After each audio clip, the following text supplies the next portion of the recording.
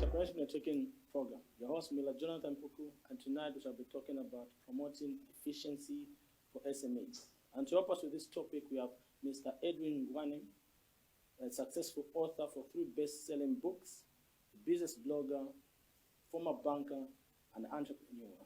Welcome, sir. Thank you. It's a pleasure. I love these topics, and I'm glad to be here. No, we are very, very fortunate to have you here on the set. Yes. Because most viewers actually need to know some business insights. And as you know, we're promoting a lot of SMEs out there. Even the government of the day is actually doing that. Yes. So just briefly tell us, who is Edwin Ngwane? So in a nutshell, Edwin Ngwane is a former banker, like you've said. He's a former banker who's in business now. I worked for the bank for, I think, 10 years.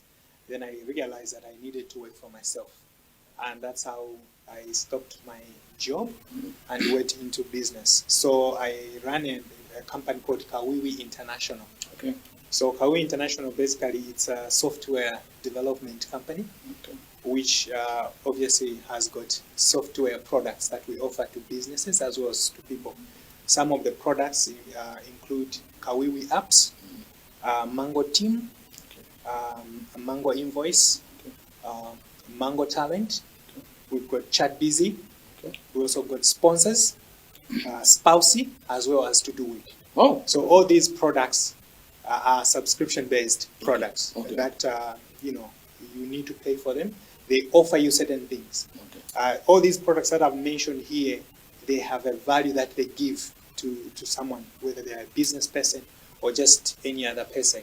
Okay. And in a nutshell, I would say I'm the founder and CEO of Kawiwi, which is a digital platforms developer, and also a business that looks at how businesses, like you're saying, you're promoting business, how businesses can be helped with systems, with accounting systems, with ERP systems, and all that, so that they're efficient. Because at the end of the day, if we want businesses to be efficient, they need to have a system. Okay. And our company helps businesses with such. Oh, that's perfect, perfect. Just before I go back to some of the things you said about Kawiwi, let us go back to the issue of the 3 best-selling books. I've just, of course, I'm yet to read them, but I've seen a lot of people actually catching hand of them. Just tell us each of them and what was the message about. So I've written actually, I would say I've written 5 books. Okay. The very first book that I wrote is called The Few Who Find Gold. Okay. I wrote it for myself, to document my journey or my story. Then I realized that I cannot write this story too early. Okay. So I unpublished the book. Okay. So it's no longer on the market. Oh, I see. Okay. But it was the first book, and I'll still consider it to be the first book. Okay. The second book that I wrote is on relationships. Okay. It's called The Wedding Master Plan. Okay. The book was written basically to help women with relationships. I'm somebody who's a believer of family, who believes that marriage is a good thing. And I thought, I've seen a lot of ladies who say, it's difficult to get a man to marry you or to commit to you. But that book says, and I believe in the message in the book, that the whole game of getting married and staying in marriage is a woman's game. Okay. The men, they play along. Okay. And then the woman leads. And then at the end of the day. So the strategies to do that are in that book. Okay. When I wrote that book, then I realized, okay, I don't want to be a relationship coach. A life coach. Or a life coach. I love talking about business, so I need to divert. Okay. So my diversion was complete. I went into what I know best, which is marketing, selling, wealth creation, business, all these things. This is how I wrote now my first business book, which is called How to Market and Sell Like a Prostitute. The book teaches about sales and marketing. Okay. And the best way I could put it is, if you look at the whole business of prostitution, it's not a fancy business. It's not a business that people are proud of. It's not a business that, is legal in most countries. It's a very controversial business. Okay. However, it's a business that is known to have existed even in the ancient times of the Jesus Christ. Yes. It was there. And it is even advancing, going on and on. So the question is that how does it survive? Yep. We can learn something from there. But the key component from there is that you must be shameless with your business. So if you're a business owner, I always say, imagine the prostitutes, they're shameless with such a business. And you are selling legit products, great products, and you're embarrassed to tell somebody that I sell this stuff. What's wrong with you? So there must be something wrong with you, because if other people are selling products that, are embarrassing really to sell, why should you be embarrassed to be selling rice? Why should you be embarrassed to be selling clothes? Why should you be embarrassed with selling what you sell? So that is about how to market and sell like a prostitute. It was a book that opened me up to everything. Okay. Then I wrote the second book, Okay. a second business book, which is Hustle Like a West African. The book Hustle Like a West African was written in very difficult circumstances. I had a son, and when I had that son, his name was Lu Zhao. Okay. Lu Zhao, yes. Lu Zhao. Yes, so I had this son, and the mother said, honey, write a book for your son in case, you'd want him to come and read.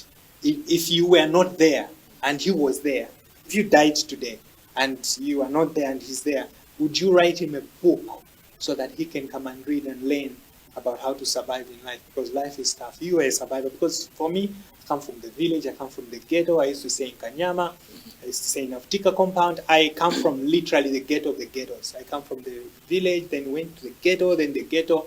I had to find my way out of there. Okay. So my wife knows. So she said, write something so that your son can follow through. And I said, you know what? Let me find the best hustlers in the world. I looked around. One of the hustlers I know are the Chinese. The Chinese are real hustlers. Yeah. I have a lot of respect for them. But I wanted to talk of my own brothers. Africa, localize it. And when I look around, I looked at Southern, I looked at Northern, I looked at the East Africa, and I looked at West Africa. To me, we've never had the best hustlers like the Nigerians, the Senegalese, the Malians, the Guinea guys, all these guys that are the West African side of Africa. They're really hustlers.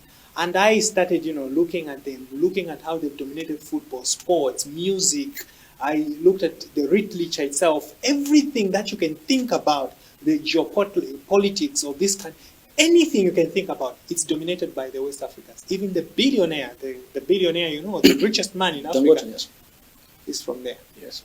And I said, this is a case study. Let's look at it. And we looked at it, and that's how I wrote the book, Hustle Like a West African, The Art of Becoming Successful Against All Odds. Meaning, no excuses. The corruption which is in Nigeria is high. The poverty which is in Nigeria is very high. But guess what? They still make it. So you have no excuse. Then I have to write now, because I'd written these books about, the other one is marketing. The other one is more about an inspiration of how you can become successful. But people were asking about financial management and wealth creation. Yes. I'm from a banker. I come from an industry which talks about money. And I looked at what most of the people who were coming to the bank, I'll tell you, there were people who used to come to the bank at once in a month. Most of them are employees. Yes. And there were people who used to come to the bank most of the times. They do business at the bank. Yes. These are business owners. And I saw myself, I said, you know what? I'm a banker. I have noticed that the people that make money here are business owners. Yes. So if you are in the system, you probably have a clue. You can understand that the people that are doing this whole thing are business owners. And that's when I said, okay, let me write a book called Flip the Coin. Yes. The coin that we look at is a coin of employment. The coin that we look at is a coin of limitation. The coin that we look at is a coin of dependence. The coin that we look at is this coin that has made us be poor for so many years. Yes. Why can't we flip it and build generational wealth? And that's how I wrote Flip the Coin. Oh, wonderful, wonderful. Okay, just getting to that. I'm sure in your books, because you spoke about financial management. Yes. And I just wanted, because I've not also noticed from your business blog, you talk about a lot of improvement for SMEs. Yes. So just in a nutshell, what do you think are operational efficiency challenges that SMEs, especially the small SMEs, are facing in Zambia currently now? So now that maybe they can improve. Yes. On the side. And that's exactly why we have Kawiwi providing certain solutions to businesses. Okay. Right now, most businesses have learned social media marketing. And if you ask most business owners, they are really trying by all means to market their products and services through social media. Okay. I am one of them because I'm also growing my business. Yes. I market a lot on social media. And the challenge that now is created by advertising on social media is you receive so many messages in your WhatsApp. Okay. You receive so many comments. You receive so many, inbox messages. And guess what? Many entrepreneurs, many business owners cannot manage to respond to those messages. Okay. They don't. And you can try. Most business owners, they have a lot of messages that are not replied to. Yeah. And these are messages where a customer is asking, where's your location? Where are you found? How much is this? What is this? Yeah. All those questions are not responded to. And when I looked at that and I said, no, we must have a solution for this. If I'm struggling, if clients are complaining to me that you do not respond quickly, I must find a solution to this. That's how we built ChatBusy. Okay. ChatBusy.com. Okay. ChatBusy is an automated AI response system that you can use for customer service. You can use it's a chatbot system. So you can use for email marketing, SMS marketing. It even has an install within Messenger. And when we built it, we were not looking at big businesses. We were just thinking about MSMEs, SMEs, all these smaller businesses that are trying to start up. Because if you're going to hire a social media manager, probably they'll charge you 2,500 to manage your profile. Yes. But we're saying just give us 500, and our system is going to handle comments, is going to handle messages, is going to respond for your customers, is going to do the whole business for you. The only part you do is at the end. And I looked at that as a solution. Number one, because social media marketing is key. And if we want a business to go far, first of all, you need to get your marketing, sorted out. That is one thing that I think most business owners, they need to find a way of putting systems around their marketing. Okay.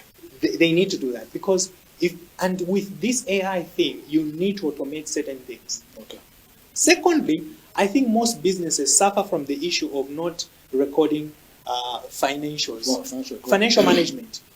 I'll tell you that I am one of the mentors for a certain TV program where we are teaching people. Most business owners, they have issues to do with how money comes in and how money goes out.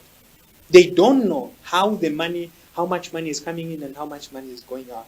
And then you ask yourself, how are you going to apply for funding? Because, probably they'll ask you, how's your financials and everything. And you can see that there is poor financial management in most companies, even when they are making money. So they're making money, but the money is not accounted for. Yes. And lastly, I find that many business owners don't handle their employees very well. Okay. I think because on my page, I interact with a lot of people. There is this culture that there must be an antagonistic relationship between a business owner and an employee. I don't believe that. Yeah. I believe that an employee has a role to play, a business owner has a role to play, and the two of them, they play a very important role in driving the agenda of economic growth. If we are going to sideline employees, where is the business going to go without employees? If you are going to sideline the business owners, then there is a problem. So we must find ways of, having a harmonious relationship between the business owners and the business owners and the employees. We are not supposed to be treating employees like they are nobodies. No, they are very important for our businesses. And the employees must also respect the employers, because the employers also are going through a lot to make sure that at the end of the day, they pay the salary. So those things, I think they must be aligned. And we have solutions for all those things. Okay. Yes. That's Mr. Edwin Ngwane, talking about how to improve your businesses. He's spoken about financial recording. He's also spoken about marketing, and also spoken about human resource, and also just to synergize human resource and the business owners. Just as we're getting to the end of the program, do you have any words of encouragement for youth, especially that want to start owning their business? Yes, I do. The very first thing that I would like to talk about is what I get a lot of heat for. Okay. I get a lot of pushbacks from a lot of youths and a lot of people just out there, which is, how do I start a business? Because I've been running this start a business campaign for some time. And to some extent, there are youths who think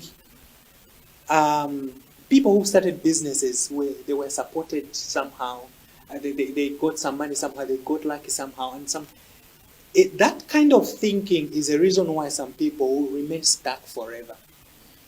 They will remain where they are forever. To get started with something, you must start with what you are, what you have, and where you are. It is what it is. Okay. The very first business that I did, I was selling salaula at City Market. I never had capital. And when I tell people that you can start a business without capital, a lot of people sometimes even mock me. Like they would say, these motivational speakers or whatever. I am actually not even a motivational speaker. I don't make my money from motivational speaking. I am here I haven't gotten paid to be here. Yes. It's just passion to try and help someone out there. Yes. So meaning, what I say must be respected somehow. Because you see, I have done it before. I started the salaula business first by selling for someone else. Through selling for someone else, I started keeping money and then started, buying 2 things, 3 jeans, 4 jeans, 5 jeans, 6, until I had a stand of my own. Okay. That's how I built a salaula business. I have had barber shops before. How do you start a barber shop? You start with one machine and a chair where somebody sits. And you cut by yourself. I know how to cut hair. How did a banker learn how to cut hair? I was committed. While some bankers were saying, no, you can't be a banker and cut hair, I was a banker and cutting hair. So you see, these things that I talk about are things that are actionable. You can do them and you can start a business. Perfect. So my point to a youth who's out there is, you see, you can start a business without money. But this message is for a kid who's desperate, who's in a position where they say, I don't know what to do. I'm saying you can start a business without money. But if you are a kid who's coming from Twin Palm, Kablonga, New Kasama, where your father is rich, this message is not for you. This message is for a child who wants to change their well-being, because there is nothing really. And I am saying you can start with malasha, you can start plastic bags, you can start with anything. You can even go to somebody and say, I want to work for you for free. Learn what they do. Learn what a carpenter does. Learn what a mechanic does. Learn what a painter does. Learn a skill and then turn that skill into a business. All right, perfect. Thank you, Mr. Ngwane, for joining us and cutting us your time and the rich business insights you've actually given. It will actually help our viewers out there. Thank you. I usually think there isn't time for me. Thank you, viewers, and see you next time.